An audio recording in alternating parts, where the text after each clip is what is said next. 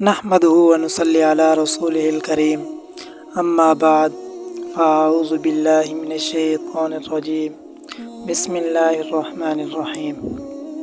آج کی ویڈیو میں ہم بیان کریں گے کہ وہ حضرات جو اولاد سے محروم ہیں، جن کو اللہ تعالیٰ نے اولاد نہیں دی، انہوں نے ڈاکٹری نسخوں کے مطابق تو ہر طرح سے علاج کیا لیکن کہیں سے کوئی فائدہ نہیں ہوا۔ آج ہم ان کو قرآن مجید کی ایک ایسی آیت بتائیں گے کہ اگر وہ اس آیت کو پڑھیں، اس وظیفے کو پڑھیں تو انشاءاللہ ان کو بہت جلد خوشخبری ملے گی۔ کہ وہ آیت مبارکہ کیا ہے وہ بتا دیتا ہوں۔ بسم اللہ الرحمن الرحیم۔ وَلِلَّهِ مُلْكُ السَّمَاوَاتِ وَالْأَرْضِ وَمَا بَيْنَهُمَا يَخْلُقُ مَا يَشَاءُ وَاللَّهُ عَلَى كُلِّ شَيْءٍ قَدِيرٌ۔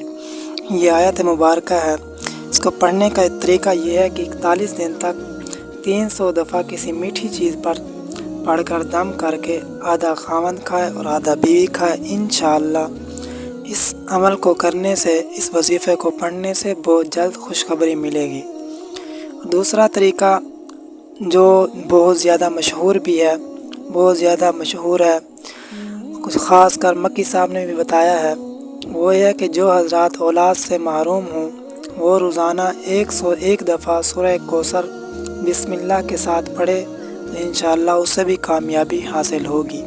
شرط یہ ہے کہ انسان یقین کرے، کیونکہ انسان کا آج کل یقین بہت کمزور ہو چکا ہے۔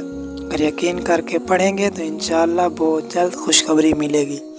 وآخر دعوانا ان الحمد للہ رب العالمین۔